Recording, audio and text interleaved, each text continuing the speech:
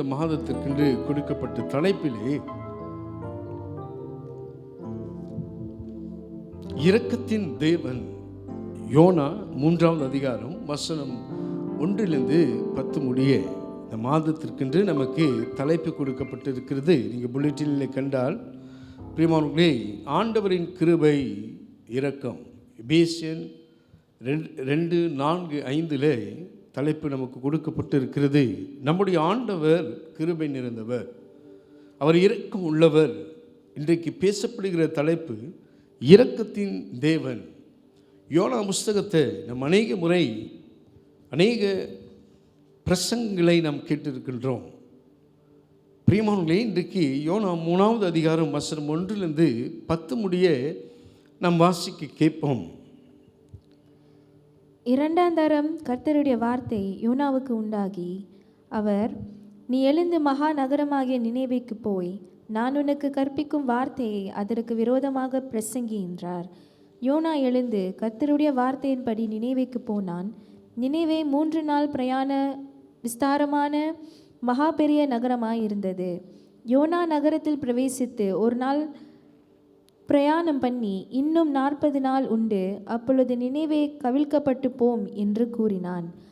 அப்பொழுது நினைவேயிலுள்ள ஜனங்கள் தேவனை விசுவாசித்து உபவாசம் செய்யும்படி கூறினார்கள். பெரியோர் முதல் சிறியோர் மட்டும் ரெட்டுடுத்தி கொண்டார்கள். இந்த செய்தி நினைவேயின் ராஜாவுக்கு எட்டின போது அவன் தன் சிங்காசனத்தை விட்டு எழுந்து தான் உடுத்தியிருந்த உடுப்பை கலற்றி போட்டு இரட்டை உடுத்தி கொண்டு சாம்பலிலே உட்கார்ந்தான். மேலும் ராஜா தானும் தன் பிரதானிகளும் நிர்ணயம் பண்ணின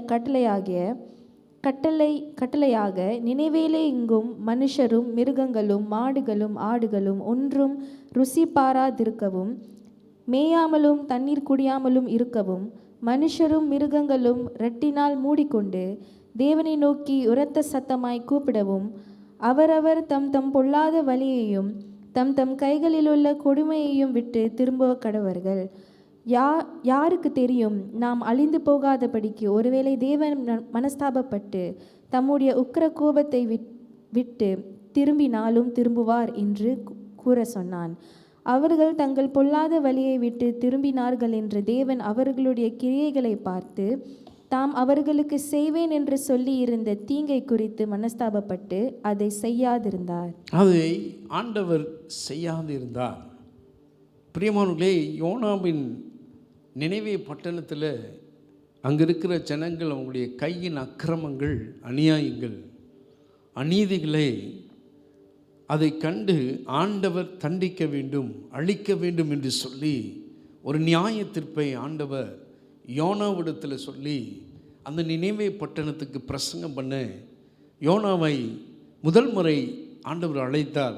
யோனா போல மீனின் வயிற்றிலே மாட்டிக்கொண்டு அவருடைய உயிருக்கு ஆபத்து வந்த பிறகு யோனா தேவனை நோக்கி கூப்பிட்டார். He called upon God. ஆண்டவர் அவனை விடுவித்த பிறகு பிரியமானவர்களே, இந்த 3வது அதிகாரத்தில் 2வது முறை நினைவே பட்டணத்துக்கு அழைப்பு வந்த பிறகு யோனா கீழ்ப்படிந்து இந்த நினைவே பட்டணத்தில் போய் பிரசங்கம் பண்ணுறாரு. 40 நாட்கள் பிரயாணம் அதை கடந்து சென்று பிரியமானவர்களே, அந்த ஒவ்வொரு நாளும் பிரியமானவர்களே அந்த நினைவே பட்டணத்தில் யோனா பிரசங்கம் பண்ணுறார்.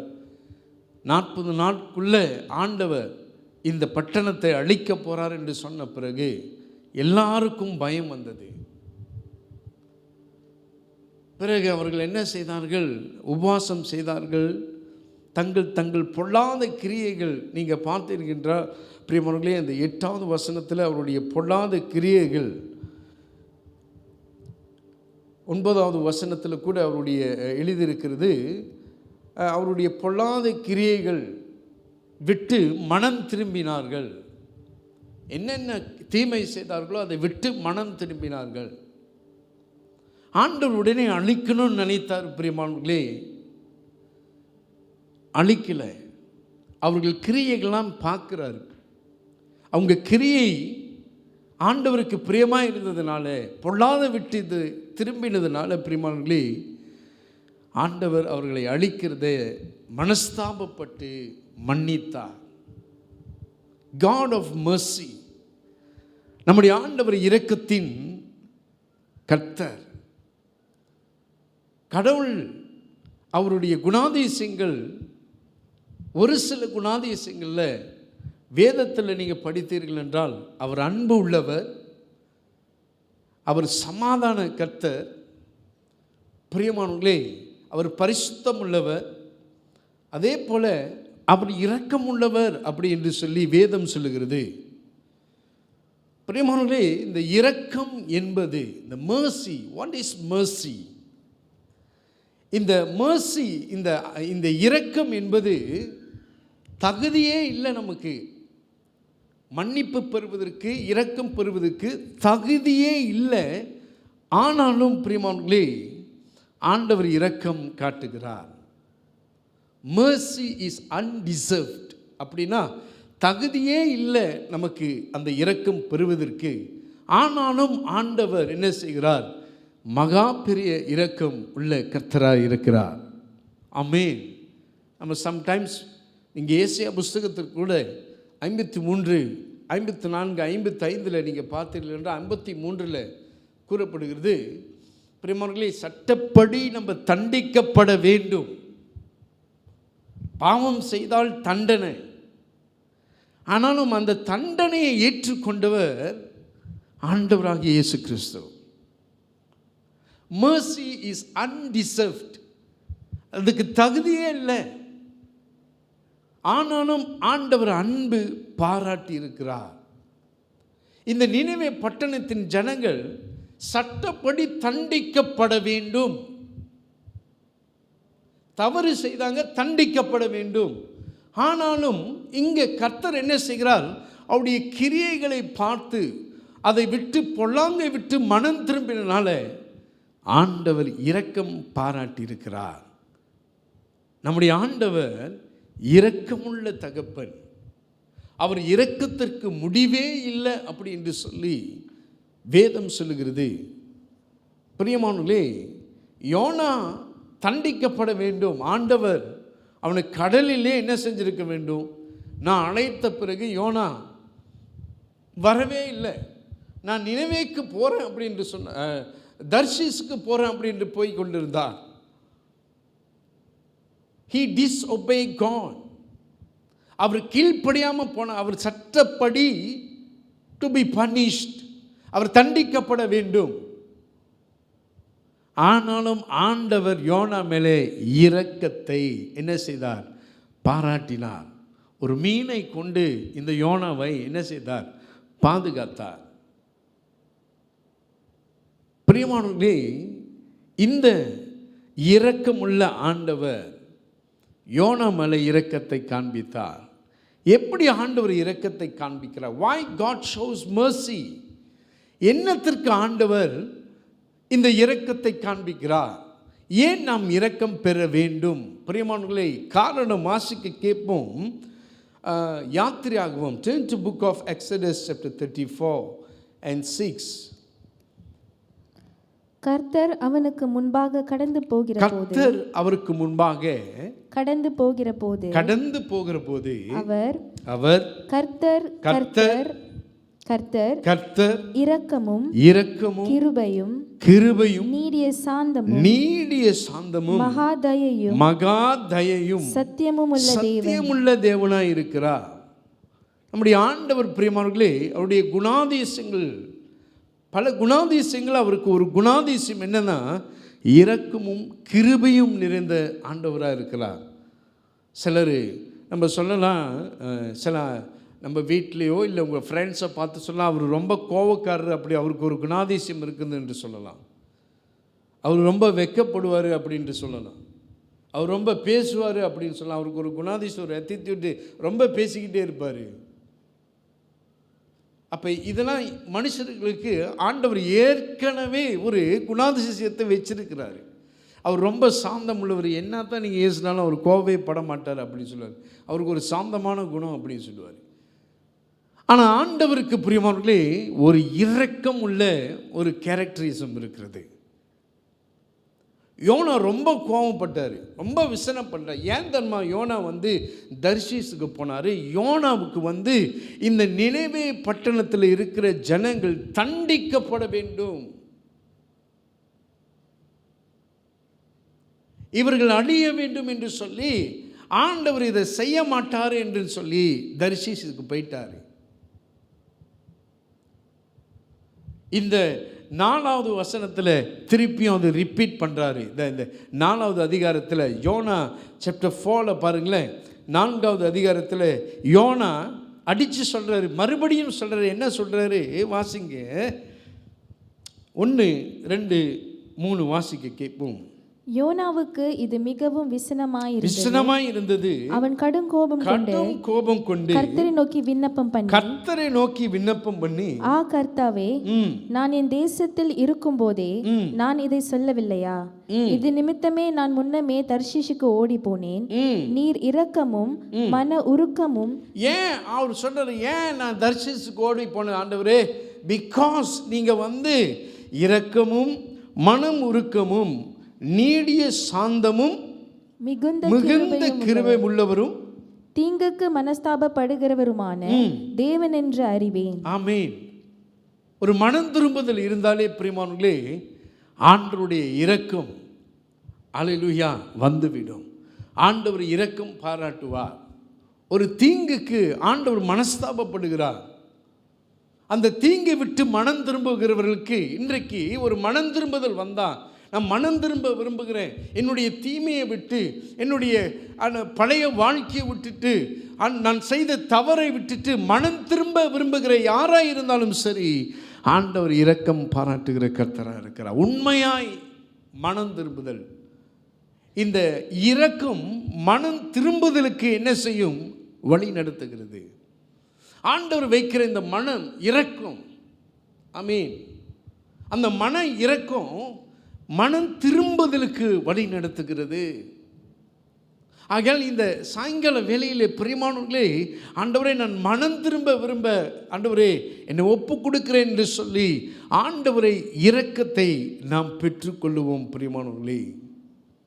ஹல்லேலூயா. ஆண்டவர் பிரியமானவர்களே நினைவே பட்டணக்காரங்களுக்கெல்லாம் ஒரு இரக்கத்தை பாராட்டினார். அழிக்க போறாருன்னு சொன்னார், ஆனால் அழிக்கலை. காரணம், இவ்வளவு லட்சம் ஜனங்கள்.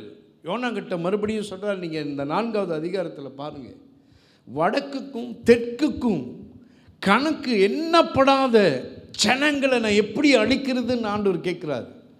அத்தனை பேரும் மனம் திரும்பினார்கள். பிராணிகள், ராஜா, ஜனங்கள் எல்லாமே மனம் திரும்ப ஆரம்பித்தார்கள். மனம் திரும்புதலுக்கு ஆண்டவர் பெரிய இரக்கத்தை பாராட்டுகிற கர்த்தராக இருக்கிறார். காரணம் பிரியமானவர்களே, நம்முடைய ஆண்டவர் பிரியமானவர்களே இரக்கமுள்ள தகப்பனாக இருக்கிறார். யோனா 3:10 மறுபடியும் வாசிக்க கேட்போம். பிரியமான வாசியுங்கள். அவர்கள் தங்கள் பொல்லாத வழியை விட்டு திரும்பினார்கள் என்று தேவன் அவர்களுடைய கிரியைகளை பார்த்து தாம் அவர்களுக்கு செய்வேன் என்று சொல்லி இருந்த தீங்கை குறித்து மனஸ்தாபப்பட்டு அதை செய்யாதிருந்தார். மனம் திரும்பினார்கள். அவங்க செய்த தீங்கிலிருந்து எல்லாம் இதை செய்யக்கூடாது என்று சொல்லி மனம் திரும்பின பிறகு தேவனுடைய இரக்கம் அவர்களை நியாய தீர்ப்புக்கு வழி நடத்தாதபடிக்கு ரட்சிப்புக்கு வழி நடத்தும். ஒரு மனம் திரும்புதல் இருந்தால் பிரியமானவர்களே, இன்றைக்கு ஆண்டவர் ரட்சிக்க வல்லவராக இருக்கிறார். அல்லேலூயா. இரக்கத்தின் தேவன், அவர் நம்மை அழைத்திருக்கிறார். பிரியமானவர்களே, ரோமர் 2வது அதிகாரம், ரோமன்ஸ் 2:4, இந்த ரோமன் 2வது அதிகாரம் 4வது வசனத்தை வாசிக்க கேட்போம். அல்லது தேவ தயவு நீ குணப்படும்படி, பாருங்க, அல்லது தேவ தயவு நீ குணப்படும்படி உன்னை ஏவுகிறது என்று அறியாமல் அவருடைய தயவு பொறுமை நீடிய சாந்தம் இவைகளின் ஐஸ்வர்யத்தை பிரியமானவர்களே, எங்க ஒரு மனம் திரும்புதல் பாருங்க, நீ குணப்படும்படி அப்படின்னா மனம் திரும்புகிறபடி ஒரு ஏவுதல் இருக்கும் பொழுது பிரியமானவர்களே, ஆண்டவர் அங்குடைய தயவு பாராட்டுகிறார், இரக்கத்தை பாராட்டுகிறார். இன்றைக்கு ஒரு வேளை உள்ளம் சொல்லுகிறது, ஆண்டவரே நான் மனம் திரும்பக்கூடிய சமூகத்தில் ஆண்டவரே வந்திருக்கிறேன் அப்படி என்று சொன்னால், ஆண்டவர் உடைய இரக்கம் அவர் உங்களுக்கு பாராட்டுவார். அல்லேலூயா. பிரியமானவர்களே, யோனா 2:2 தான் இந்த யோனா ஆண்டவர் ஏன் தெரியுமா, 2வது காரியம் உங்களுக்கு நான் சொல்லுகிறேன். ஏன் ஆண்டவர் இந்த கிருபையை பாராட்டுகிறார், எதற்காக, எப்போ ஆண்டவர் இந்த இரக்கத்தை பாராட்டுவார் அப்படி என்று நமக்கு ஒரு கேள்விக்குறி இருந்தால், பிரியமானவர்களே, யோனா 2:2 எப்போ யோனா ஆண்டவரை நோக்கி கூப்பிட்டாரோ உடனே ஆண்டவர் இரக்கம் பாராட்டினார். அல்லேலூயா. 1வது பிரியமானவர்களே, இரக்கம் மனம் திரும்புதலுக்கு வழி நடத்துகிறது.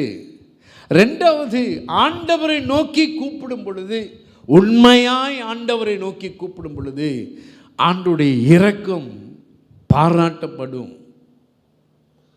வாசிக்க கேட்போம். யோனா 2:2 வாசிங்கள் பிரியமானவர்களே. என் நெருக்கத்தில் நான் கர்த்தரை நோக்கி கூப்பிட்டேன், என் நெருக்கத்தில் நான் கர்த்தரை நோக்கி கூப்பிட்டேன், அவர் எனக்கு உத்தரவு அருளினார். நான் பாதாளத்தின் வயிற்றிலிருந்து குக்குரலிட்டேன், நீர் என் சத்தத்தை கேட்டீர். பாருங்க, எத்தனையோ தடவை நம்ம அழிந்திருக்க வேண்டியது, ஆபத்தில் தூங்கும் போது பிரியமானவர்களே, நாளைக்கு எழுந்திருப்போமா என்று நமக்கு தெரியாது. ஹல்லேலூயா. பிரியமானவர்களே, எத்தனை காரியம் ஆண்டவருக்கு விரோதமாக நம்ம செஞ்சுருக்கிறோம். ஆண்டவரை நேசிக்கிறதுல நம்ம என்ன செய்திருக்கோம், பின்வாங்கி போயிருக்கிறோம். பிரியமானவர்களே, இப்படி நம்ம பல தவறுகள், பல பாவங்கள், மீறுதல்கள் செய்யும் பொழுது பிரியமானவர்களே, நம் சட்டப்படி தண்டிக்கப்பட வேண்டும். ஒருவேளை ஆண்டவர் இன்னைக்கு பிரியமானவர்களே தவறு செய்ததுனால ஆண்டவர் நமக்கு தண்ணி இல்லாமல் போக செஞ்சால் என்ன ஆகும், மழை பெய்யாமல் போக செய்தால் என்ன ஆகும்?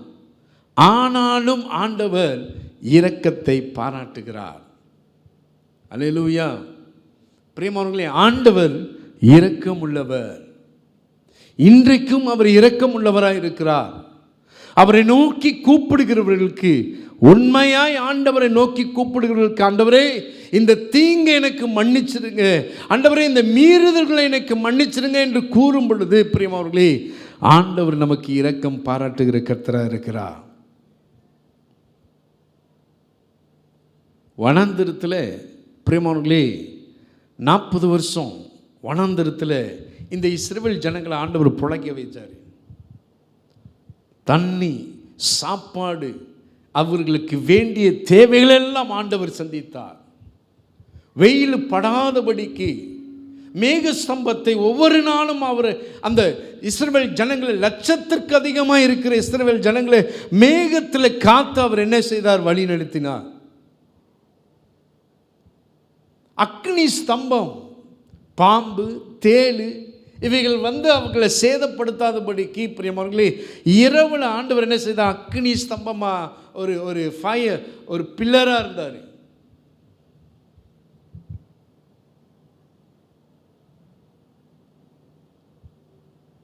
நல்ல ஆண்டவர் நடத்தினார். இந்த இஸ்ரவேல் ஜனங்க அந்த 16 யாத்திரையாகமம் 16:3 என்ன செய்கிறாங்க பாருங்கள். ஒவ்வொரு நாளும் ஆண்டவர் வழி நடத்தினார், எதிரிட்டிருந்து காப்பாற்றினார். பிரியமானவர்களே, ஒரு சொந்த தகப்பன் பிள்ளைகளை எப்படி நடத்தினார் அதே போல் அவர் நடத்தினாராம், வேதம் சொல்லுகிறது. ஆனால் இவ்வளவோ செய்து பிரியமானவர்களே இன்னைக்கு அவர்கள் என்ன சொல்கிறாங்க, ஆண்டவருக்கு என்ன மறுமொழி கொடுக்குறாங்க, வாசிக்க கேட்போம் பிரியமானவர்களே. வாசியுங்கள். நாங்கள் இறைச்சி பாத்திரங்கண்டையில் உட்கார்ந்து அப்பத்தை திருப்தியாக சாப்பிட்ட எகிப்து தேசத்திலே கர்த்தரின் கையால் செத்து போனோமானால், எக்ஸோடஸ் 16:3, யாத்திரையாகமம் 16:3. வாசிங்க, அதுதான் கரெக்ட் தான். செத்து போனோமானால் தாவில்லை, இந்த கூட்டம் முழுவதையும் பட்டினியினால் கொல்லும்படி நீங்கள் எங்களை புறப்பட பண்ணி இந்த வனாந்தரத்திலே அழைத்து வந்தீர்களே என்று அவர்களிடத்தில் சொன்னார்கள்.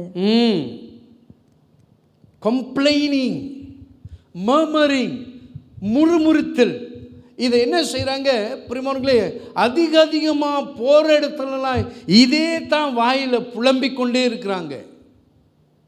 நான் செத்து போனால் நல்லா இருக்கும், ஆண்டவருங்க என்னத்துக்கு என்னை கூட்டிகிட்டு வந்திருக்காரு? செத்து போகிறதுக்கு.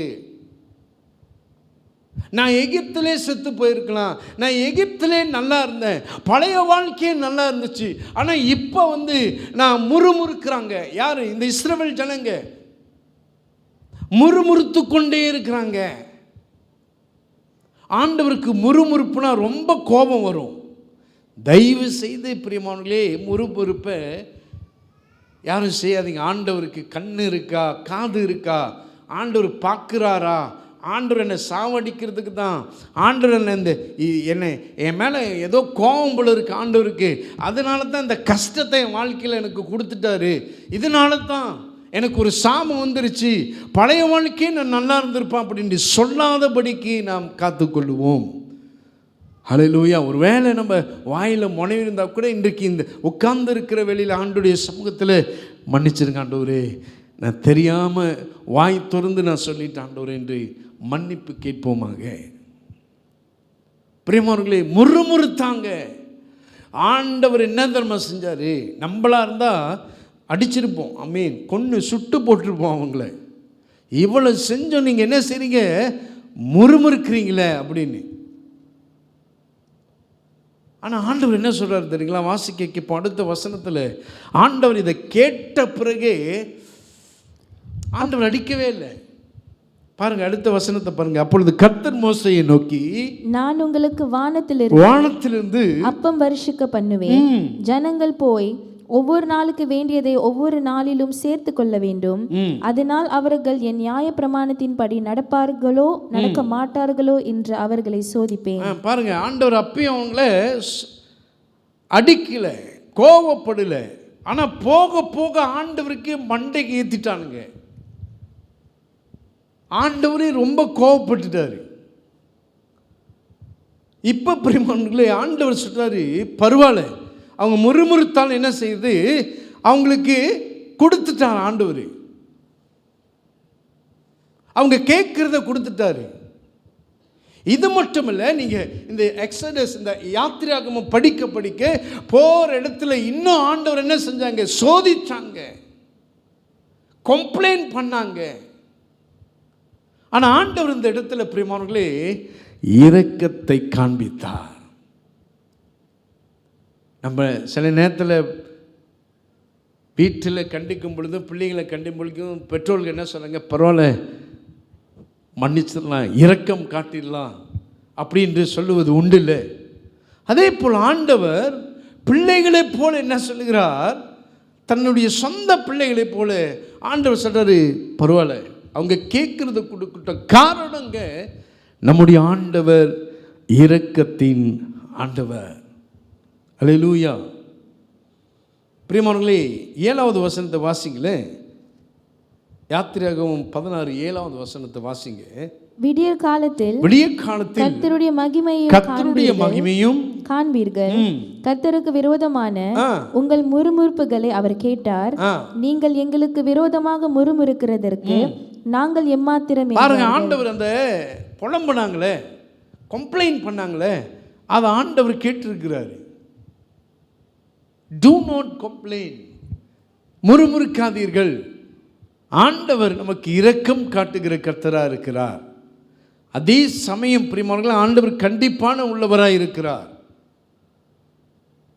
பிரியமானவர்களே, ஆண்டவர் அவருடைய குணாதிசயத்தில் இரக்கம் பாராட்டுகிற கர்த்தராக இருக்கிறார். 1000 தலைமுறைக்கு ஆண்டவர் கிருபையும் இரக்கத்தையும் பாராட்டுகிறார்.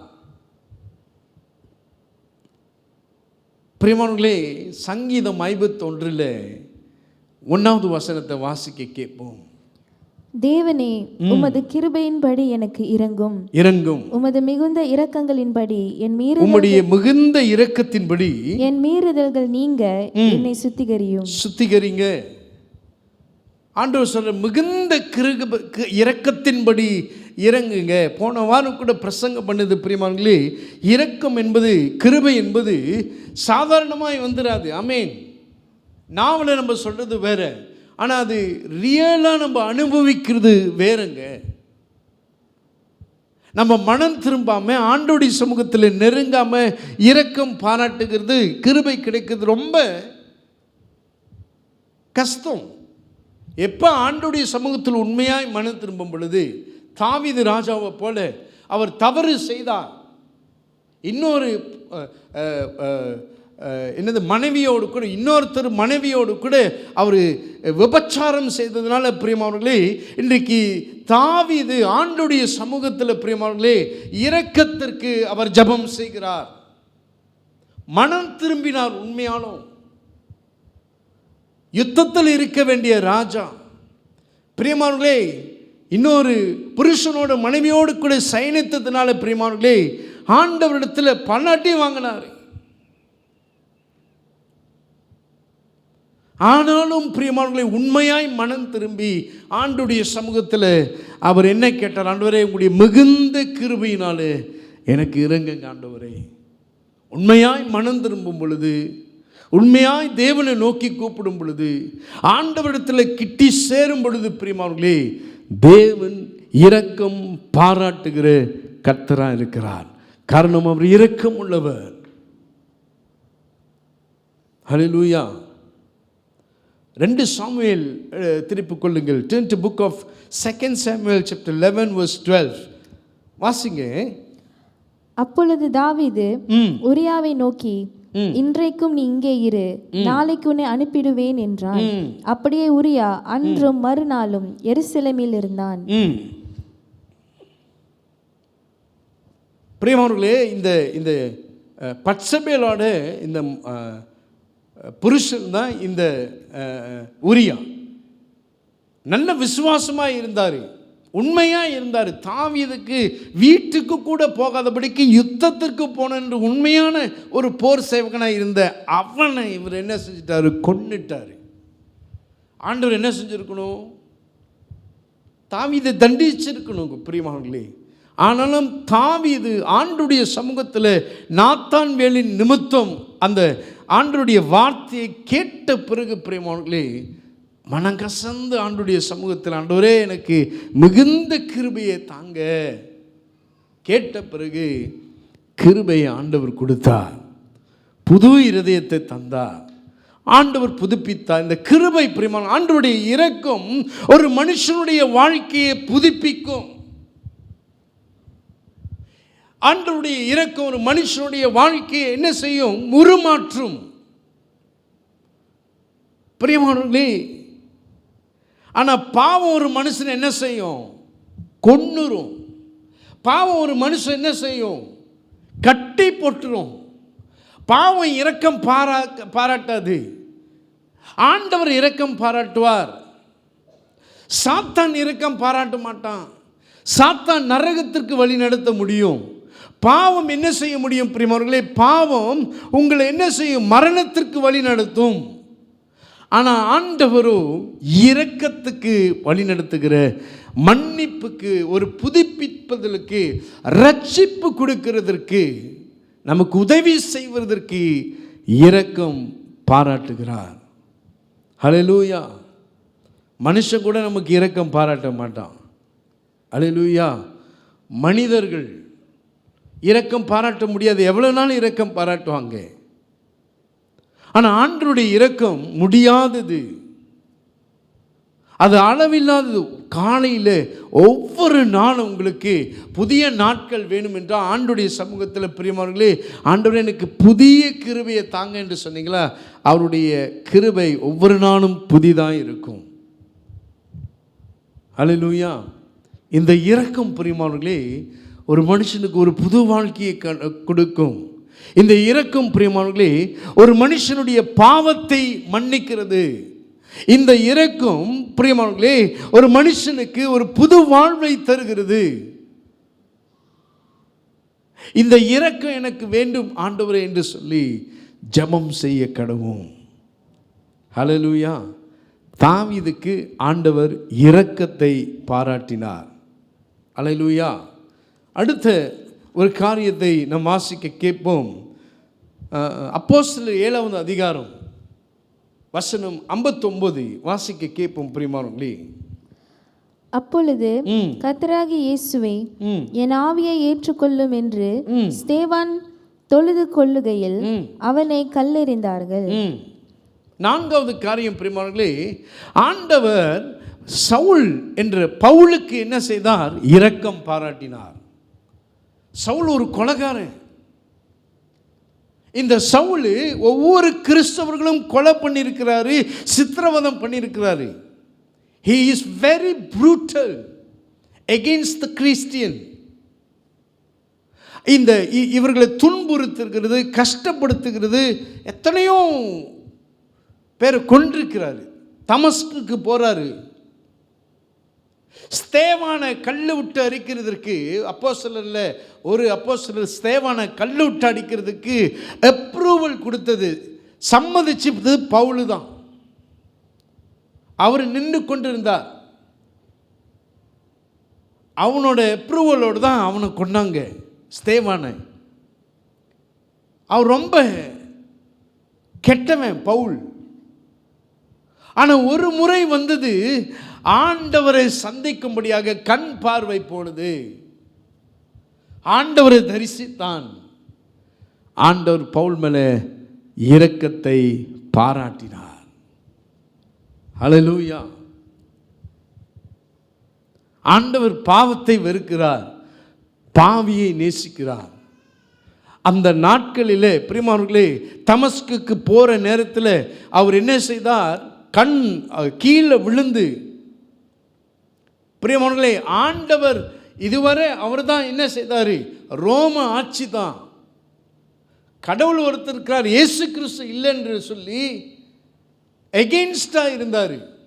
ஆனால் இயேசு கிறிஸ்துவை தரிசித்த பிறகு பிரியமானவர்களே, அவனோட மைண்ட் செட்டிங், அவனுடைய சிந்தனைகள் எல்லாம் ஆண்டவர் உண்மையாய் இருக்கிறார் அப்படின்னு சொல்லி அவர் என்ன செய்தார்?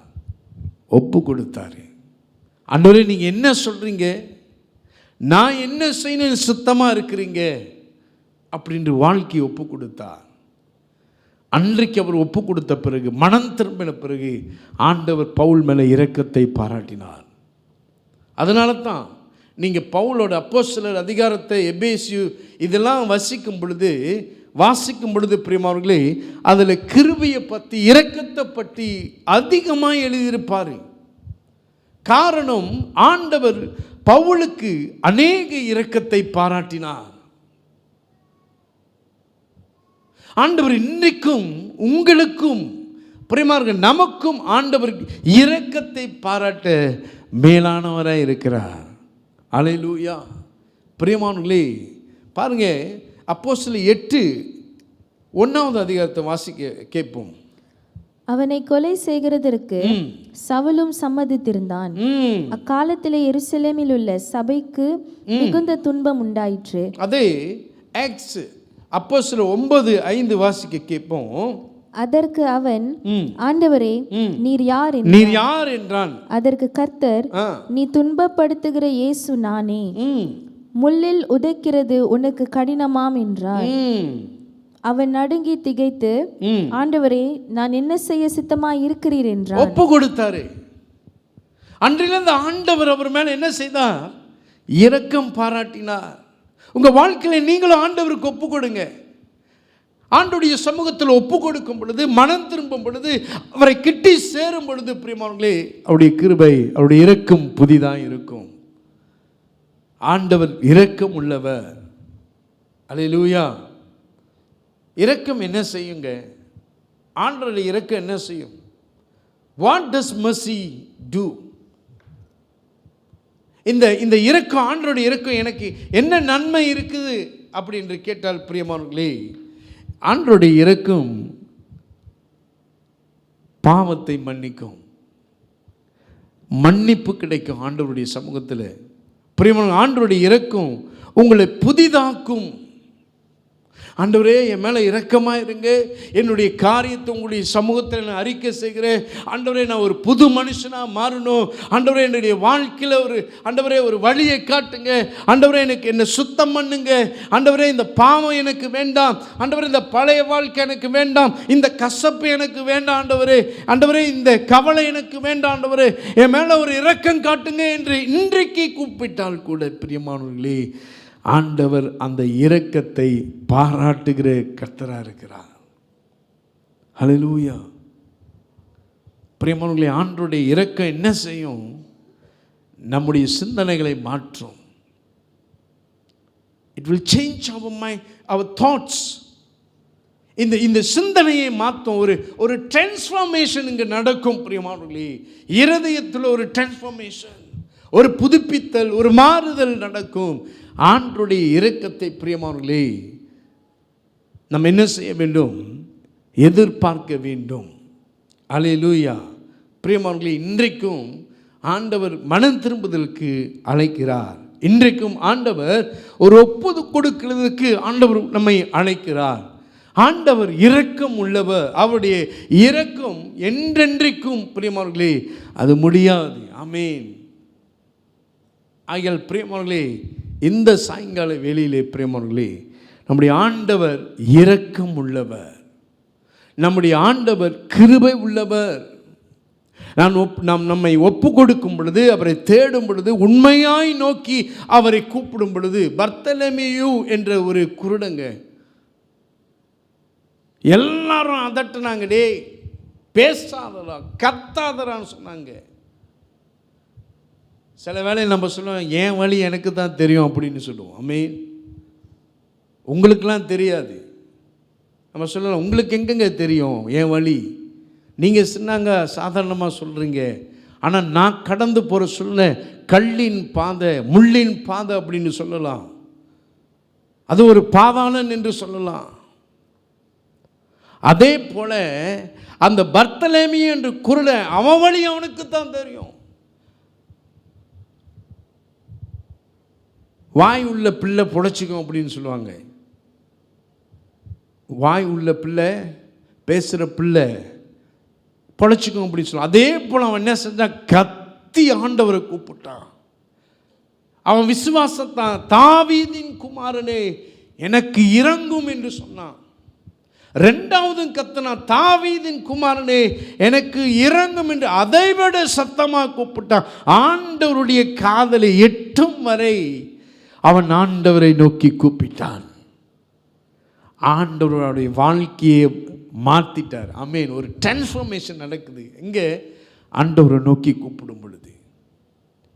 குருடனாய், பிறவியிலே குருடனாய் இருந்த இந்த பர்த்தலமேயும் பார்க்க ஆரம்பித்தான்.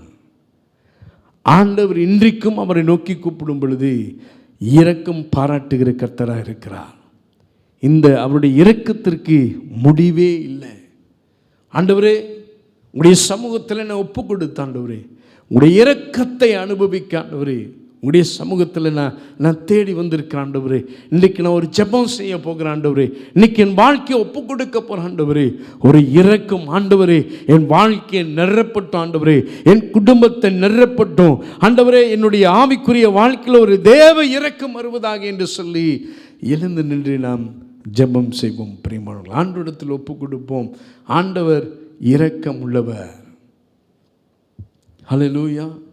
அப்படியாக எழுந்து நின்று ஆண்டவருடைய சமூகத்தில், ஆண்டவரே எனக்குத்தான் அந்த இரக்கம் வேண்டும் ஆண்டவரே, நான் தான் அந்த இரக்கத்தில் ஆண்டவரே அந்த கிருபையை நான் அனுபவிக்க வேண்டும் அப்படின்ட்டு சொல்லி ஆண்டவருடைய சமூகத்தில் பிரார்த்தனை செய்யுங்கள், ஜெபம் செய்யுங்க. ஆண்டவரே எனக்கு ஒரு இரக்கம் காட்டுங்க ஆண்டவரே, எனக்கு ஒரு வழியை தரங்க ஆண்டவரே. ஆண்டவரே இந்த இரக்கத்தில் என்னை வழி நடத்துங்க. Lord have mercy upon me. You should pray. Shall we pray together? ஆண்டவருடைய சமூகத்தில் நம்ம ஒப்பு கொடுத்து ஒரு பாடலை பாடி, ஆண்டவரே நீங்கள் இரக்கமுள்ள தகப்பனாக இருக்கிறீங்க, எனக்கு அந்த இரக்கத்தில் என்னை வழிநடத்த. ஹல்லேலூயா. நிறைய காரியம் எனக்கு புரியல ஆண்டவரே. ஆண்டவரே நிறைய காரியத்தில் நான் ஆண்டவரே அவிசுவாசமாக இருக்கிறேன் ஆண்டவரே. நிறைய காரியம் ஆண்டவரே ஒரு தோற்கிற நிலைமையில் ஆண்டவரே ஒரு முடிவில் நான் போய் நிற்கிறேன் ஆண்டவரே. எனக்கு ஒரு இரக்கம் வேண்டும் ஆண்டவரே. ஆபத்து காலத்தில் எனக்கு துணை நிற்பேன் என்று சொன்னீங்களா ஆண்டவரே. ஆண்டவர் உங்களுடைய இரக்கம் எனக்கு வேண்டும். இந்த இரக்கத்தில் என்னை வழிநடத்துங்க என்று சொல்லி கண்களை மூடி அங்கே இங்கே பார்க்காதபடிக்கு நான் ஆலயத்திற்கு வந்திருக்கேன். ஆலயத்தில் தேவ சமூகத்தில் வரும் பொழுது, தூரத்திலிருந்து வரும் பொழுது, என் வீட்டிலிருந்து நான் கிளம்பும் பொழுதும், காடியில் பிரயாணம் செய்யும் பொழுதும் ஆண்டவர் என் சிந்தையை அறிந்திருக்கிறார். எனக்கு என்ன வேண்டும் என்று சொல்லி ஆண்டவர் அறிந்திருக்கிறார். என் வாழ்க்கையில் நான் எங்கே போக வேண்டும் என்று சொல்லி என் ஆண்டவர் அறிந்திருக்கிறார். ஆண்டவரே எனக்கு இரக்கம் காட்டுங்க. ஆண்டவரே உங்களுடைய தயவு எனக்கு வேண்டும். ஆண்டவரே உங்களுடைய வழி நடத்துதல் எனக்கு வேண்டும். ஆண்டவரே இஸ்ரவேல் ஜனங்கள் மேலே இரக்கம் காட்டின ஆண்டவர் என் மேலேயே இரக்கம் காட்டும்படியாக ஆலயத்தில் நான் ஜெபம் செய்கிறேன் என்று சொல்லி கரங்களை உயர்த்தி ஆண்டவரத்தில் சொல்லுங்க, நான் உங்களை தேடுவேன் ஆண்டவரே. ஒவ்வொரு நாளும் ஆலயத்தில் வந்து ஆண்டவரே எங்களை காத்திருப்ப ஆண்டவரே, உங்களை தேட ஆண்டவரே என்னை ஒப்பு கொடுக்கிறேன் என்று சொல்லி கரங்களை உயர்த்தி, உங்களை தவிர எனக்கு யாரும் இல்லை ஆண்டவரே. யாரும் ஆண்டவரே உண்மையை பாசம் காட்ட முடியாது, அன்பு காட்ட முடியாது, யாரும் என்னை கரம் பிடித்து வழி நடத்த முடியாது ஆண்டவரே. ஆனால் நீங்க என் பக்கத்தில் இருக்கணும். நீங்க இல்லாம ஆண்டவரே நான் கானான் தேசத்தில் பிரவேசிக்க மாட்டேன் என்று மோசே சொன்னது போல ஆண்டவரே நீங்க உங்களுடைய சமூகம் மட்டும் எனக்கு வரக்கூடாது, நீங்க என் கூட வரணும் ஆண்டவரே என்று சொல்லி ஆண்டுடைய சமூகத்தில் ஒப்பு கொடுங்க. உங்க வாழ்க்கையை கர்த்தர் மாற்றுவார். மனுஷன் உங்களுடைய வாழ்க்கையை மாற்ற முடியாது. பாவத்திலிருந்து விடுதலை தர வேண்டும் என்றால் இயேசு கிறிஸ்துவின் ரத்தத்தை தவிர, அவரை தவிர நமக்கு யாரும் விடுதலை தர முடியாதுங்க. உங்களுடைய வாழ்க்கையை ஆசீர்வதிக்கிறவர் அவர்தான். கரங்களை உயர்த்தி ஆண்டவருடைய சமூகத்தில்